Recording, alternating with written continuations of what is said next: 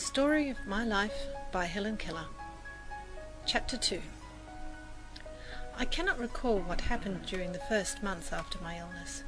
I only know that I sat in my mother's lap or clung to her dress as she went about her household duties. My hands felt every object and observed every motion, and in this way I learned to know many things. Soon I felt the need of some communication with others and began to make crude signs. A shake of the head meant no, and a nod, yes. A pull meant come, and a push, go. Was it bread that I wanted? Then I would imitate the acts of cutting the slices and buttering them. If I wanted my mother to make ice cream for dinner, I made the sign for working the freezer and shivered, indicating cold. My mother, moreover, succeeded in making me understand a good deal. I always knew when she wished me to bring her something, and I would run upstairs or anywhere else she indicated. Indeed, I owe to her loving wisdom all that was bright and good in my long night. I understood a great deal of what was going on about me. At 5 I learned to fold and put away the clean clothes when they were brought in from the laundry, and I distinguished my own from the rest. I knew by the way my mother and aunt dressed when they were going out, and I invariably begged to go with them. I was always sent for when there was company, and when guests took their leave, I waved my hand to them, I think in vague remembrance of the meaning of the gesture. One day some gentleman called on my mother, and I felt the shutting of the front door and other sounds that indicated their arrival. On a sudden thought, I ran upstairs before anyone could stop me, to put on my idea of a company dress. Standing before the mirror, as I had seen others do, I anointed my head with oil and covered my face thickly with powder. Then I pinned a veil over my head so that it covered my face, and fell in the folds down to my shoulders, and tied an enormous bustle around my waist so that it dangled behind, almost meeting the hem of my skirt. Thus attired, I went down to help entertain the company. I do not remember when I first realized that I was different from other people, but I knew it before my teacher came to me. I'd noticed that my mother and my friends did not use signs as I did when they wanted anything done, but talked with their mouths. Sometimes I stood between two persons who were conversing and touched their lips. I could not understand, and was vexed. I moved my lips and gesticulated frantically without result. This made me so angry at times that I kicked and screamed until I was exhausted. I think I knew when I was naughty, for I knew that it hurt Ella, my nurse, to kick her. And when a fit of temper was over, I had a feeling akin to regret.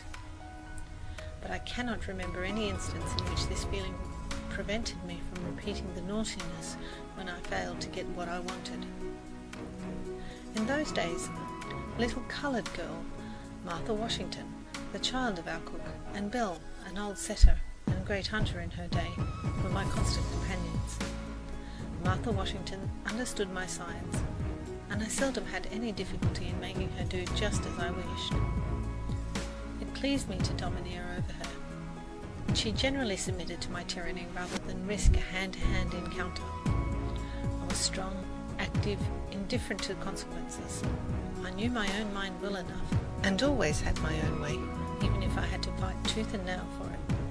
We spent a great deal of time in the kitchen, kneading dough balls, helping make ice cream, grinding coffee, quarrelling over the cake bowl, and feeding hens and turkeys that swarmed about the kitchen steps.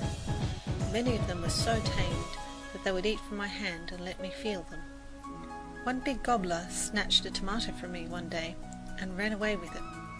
Inspired perhaps by Master Gobbler's success, we carried off to the woodpile a cake which the cook had just frosted, and ate every bit of it. I was quite ill afterwards, and I wonder if retribution also overtook the turkey.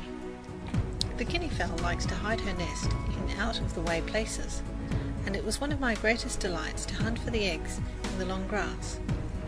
I could not tell Martha Washington when I wanted to go egg hunting, but I would double my hands and put them on the ground, which meant something round in the grass, and Martha always understood.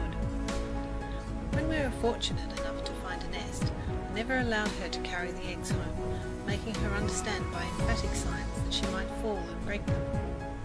the sheds where the corn was stored, the stable where the horses were kept, and the yard where the cows were milked morning and evening were unfailing sources of interest to Martha and me. The milkers would let me keep my hands on the cows while they milked, and I often got well switched by the cows for my curiosity. The making ready for Christmas was always a delight to me. Of course I did not know what it was all about, but I enjoyed the pleasant odours that filled the house and the tidbits that were given to Martha Washington and me to keep us quiet. We were sadly in the way, but that did not interfere with our pleasure in the least. They allowed us to grind the spices, pick over the raisins, and lick the stirring spoons. I hung my stockings because the others did. I cannot remember, however, that the ceremony interested me especially, nor did my curiosity cause me to wake before daylight to look for my gifts. Martha Washington had as great a love of mischief as I. 2 little children were seated on the veranda steps one hot July afternoon. One was black as ebony, with little bunches of fuzzy hair tied with shoestrings sticking out all over her head like corkscrews. The other was white, with long golden curls. One child was 6 years old, the other 2 or 3 years older. The younger child was blind, that was I, and the other was Martha Washington. We were busy cutting out paper dolls, but we soon grew wearied of this amusement, and after cutting up our shoestrings and clipping all the leaves off the honeysuckle that were within reach, I turned my attention to Martha's corkscrews. She objected at first, but finally submitted. Thinking that turn and turn about is fair play, she seized the scissors and cut off one of my curls, and would have cut them all off but for my mother's timely interference. Belle, our dog, my other companion, was old and lazy, and liked to sleep by the open fire rather than to romp with me. I tried hard to teach her my sign language, but she was dull and inattentive. She sometimes started and quivered with excitement. Then she became perfectly rigid, as dogs do when they point a bird. I did not then know why Belle acted in this way, but I knew she was not doing as I wished. This vexed me, and the lesson always ended in a one-sided boxing match. Belle would get up, stretch herself lazily, give 1 or 2 contemptuous sniffs, go to the opposite side of the hearth and lie down, and I, wearied and disappointed, went off in search of Martha. Many incidents of those early years are fixed in my memory, isolated but clear and distinct, making the sense of that silent, aimless, dayless life all the more intense. One day I happened to spill water on my apron, and I spread it out to dry before the fire which was flickering on the sitting room hearth. The apron did not dry quickly enough to suit me, so I drew nearer and threw it right over the hot ashes. The fire leapt into life, and the flames encircled me so that in a moment my clothes were blazing. I made a terrified noise that brought Vinnie, my old nurse, to the rescue. Throwing a blanket over me, she almost suffocated me, but she put out the fire. Except for my hands and hair, I was not badly burnt. About this time I found out the use of a key. One morning I locked my mother up in a pantry where she was obliged to remain 3 hours, as the servants were in a detached part of the house. She kept pounding on the door while I sat outside the porch steps and laughed with glee as I felt the jar of pounding. This most naughty prank of mine convinced my parents that I must be taught as soon as possible. After my teacher, Miss Sullivan, came to me, I sought an early opportunity to lock her in her room. I went upstairs with something which my mother made me understand I was to give to Miss Sullivan, but no sooner had I given it to her than I slammed the door, locked it, and hid the key under the wardrobe in the hall. I could not be induced to tell her where the key was.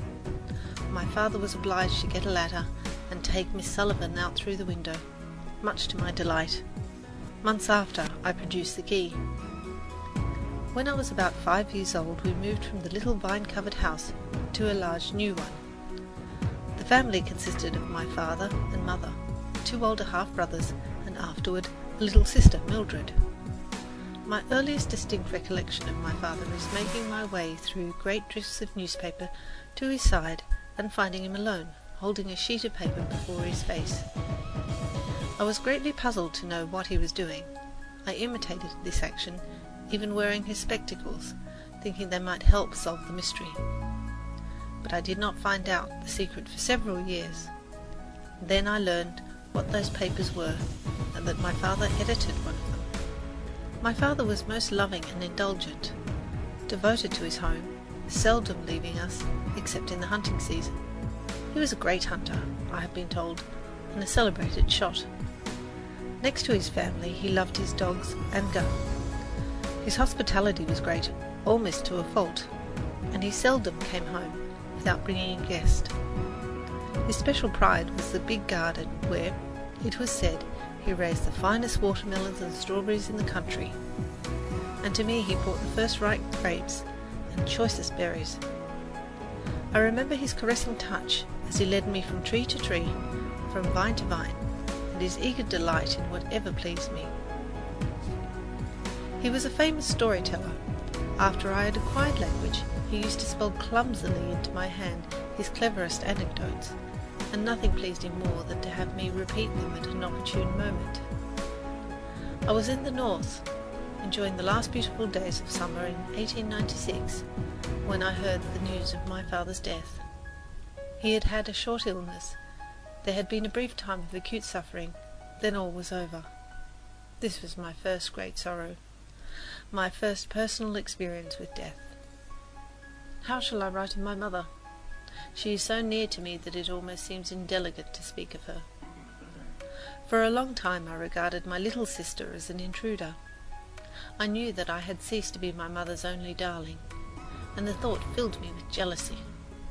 She sat in my mother's lap constantly, where I used to sit, and seemed to take up all her care and time. One day something happened, which seemed to me to be adding insult to injury. At that time I had a much petted, much abused doll, which I afterward named Nancy. She was, alas, the helpless victim of my outbursts of temper and of affection, so that she became much the worse for wear. I had dolls which talked and cried and opened and shut their eyes, yet often spent an hour or more rocking her.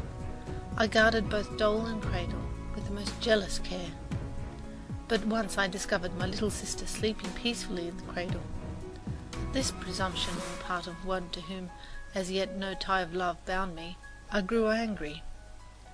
I rushed upon the cradle and overturned it, and the baby might have been killed had my mother not caught her as she fell. Thus, it is when we walk in the valley of twofold solitude, we know little of the tender affections that grow out of endearing words and actions and companionship. But afterward, when I was restored to my human heritage, Mildred and I grew into each other's hearts, so that we were content to go hand in hand wherever caprice led us, although she could not understand my finger language, nor I her childish prattle. End of chapter. Read by Maria Euther on 10th of August 2006 in London, England.